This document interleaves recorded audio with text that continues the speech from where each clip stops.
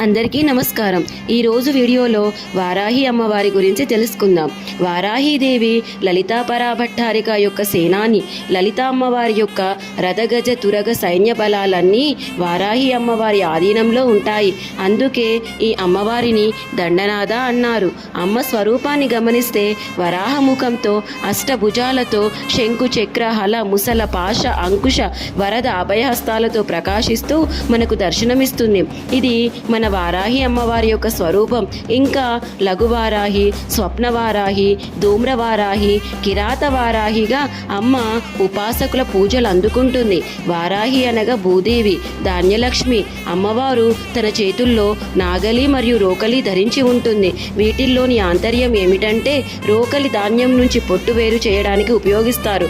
అలాగే మన జన్మజన్మల్లో చేసిన కర్మలను అమ్మవారు వేరు చేస్తుంది. నాగలి భూమిని